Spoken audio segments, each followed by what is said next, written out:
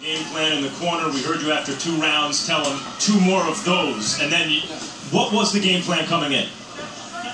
Keep the distance. Keep the distance. Jab on him, never get tired. He's getting tired, he's reaching. Was there an idea that after 4 rounds something changes? Yeah. What was going to change? I'll tell you after. He's going to put him to sleep here in a few minutes. I'm going to let him go. I'm going to let him go in 1 more round. I got him in the cage right now. Let him out the cage. The plan is to have Algieri knock Pacquiao out. Yes, but I still got him in the cage. He listens to me very well. I'm going to let him loose. Round 10? Round 10 or 11. Oh! That's going to make it difficult for the fans to materialize. Can you imagine probably how Max Kellerman probably was holding a microphone and he saw like Algieri go there? He probably was like, right, look, what do you say? Like you're interviewing somebody and he's telling you he's going to knock his opponent out and then he gets knocked down. Long story short, Chris Algieri, man, I really don't know what's next for him. 20-1 with 8 KOs. Is he still the WBO junior welterweight champion of the world? We don't know. But the WBO has this situation where you can't hold a belt in 2 weight classes from what I'm understanding. I'm TstreeT Controversy. This is TstreeT Controversy Live, and I cover boxing every single major fight live. Chris Algieri was defeated by Emmanuel Dapper Pacquiao. November the 22nd, 2014. He probably did have a good Thanksgiving because he got out of his mom's house, you know, so I guess he got his own crib now. No more doing HBO 24/7 in front of water heaters and shit if he does get another HBO 24/7, which I doubt. But Chris Algieri put on such a bad performance to the point where you can't say, honestly, Timothy Bradley, Chris Algieri. You can't say Chris Algieri, Brandon Rios. And this is for real. The reason why is because all he showed us was that he really was nowhere near ready to fight that type of competition. So I look at it like this. Who should he fight next? Along the lines of Henry Hank Lundy, Tomas Delorme, Ruslan Provodnikov again, so Ruslan can really take his head off. And I think in a rematch, Ruslan would defeat him in a rematch, especially with Freddie Roach getting 3 cracks at him. You know, you got to look at the trainer too. So, you know, it's tough because, see, listen. Listen to me, Chris, while you're breathing. I want you to listen to me. We are exactly where we need to be. I know you trust me. He's here, beautiful straight left hand by Manny Pacquiao. Right. How do you get, okay. Your trainer saying he's gonna let you out the cage. So I'm thinking I'm gonna see this rabid beast Chris Algieri. I'm thinking I'm gonna see this Chris Algieri that's gonna go like aggressiveness, you know, start throwing all these punches. But then what do we see? We see this dumbass trainer telling me in the corner like, okay, Chris, this is exactly where we want you to be. Chris in the corner like what kind of shit is this? That's not where you want your fighter to be.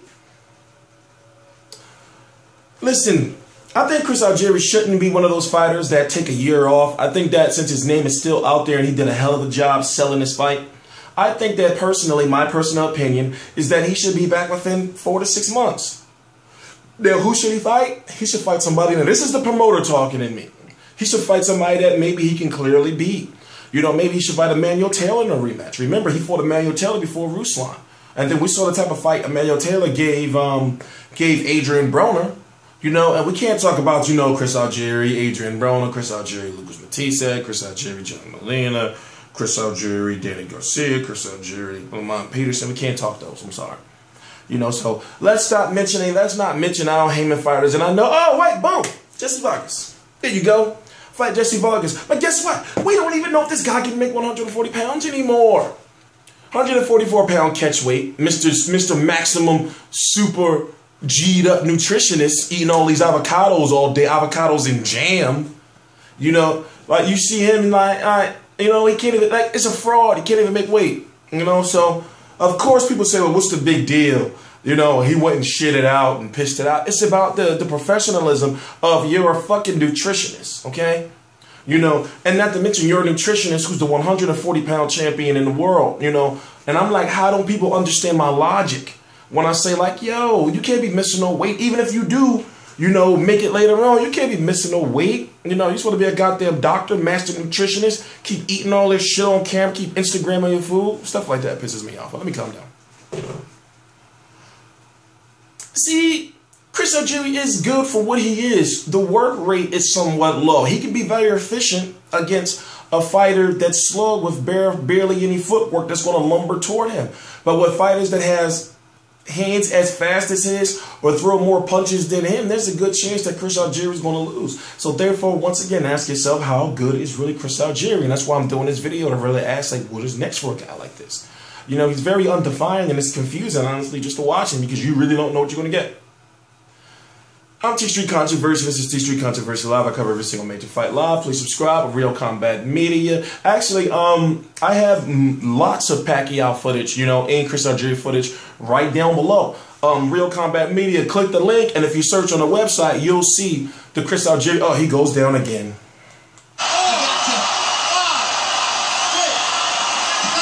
This is exactly where we want you to be, Chris. We ain't seen Tim Lane since. So going back to what I was saying, the Chris Algieri media call, you gotta listen to it, because now it's just hilarious listening to him and Tim Lane talk about how they was gonna beat Pacquiao, and now they just you know, it's a shame, honestly. It really is a shame that it has to come to this for him. Because when you get knocked down 6 times, and yes, I know it's only 4 if you really, really are a boxing fan, but still, you know, watching this fight about 6 times, I think this is the 6th time, you know, really bad performance. You know, you have to think, somebody's got to pay for that. You know, his bandana wearing trainer's got to pay for that. I'm TstreeT Controversy. This is TstreeT Controversy Live. Please subscribe.